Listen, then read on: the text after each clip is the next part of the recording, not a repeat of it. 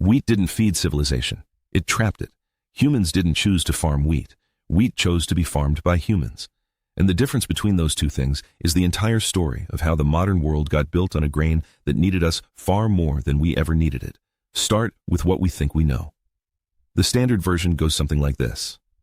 Somewhere around 10,000 years ago, clever humans in the ancient Middle East looked at wild grasses growing in the hills, figured out they could plant and harvest them on purpose, and invented agriculture.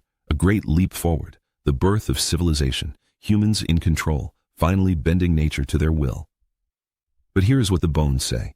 Here is what the archaeological record actually shows when you look at the skeletons of the people who made that transition. They got shorter, their teeth rotted, their spines compressed under new kinds of labor. Iron deficiency appeared in populations that had never shown it before.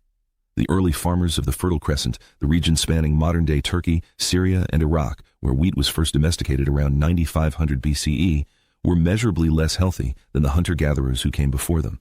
Less varied diet, more disease, more physical wear, harder lives by almost every biological measure we have.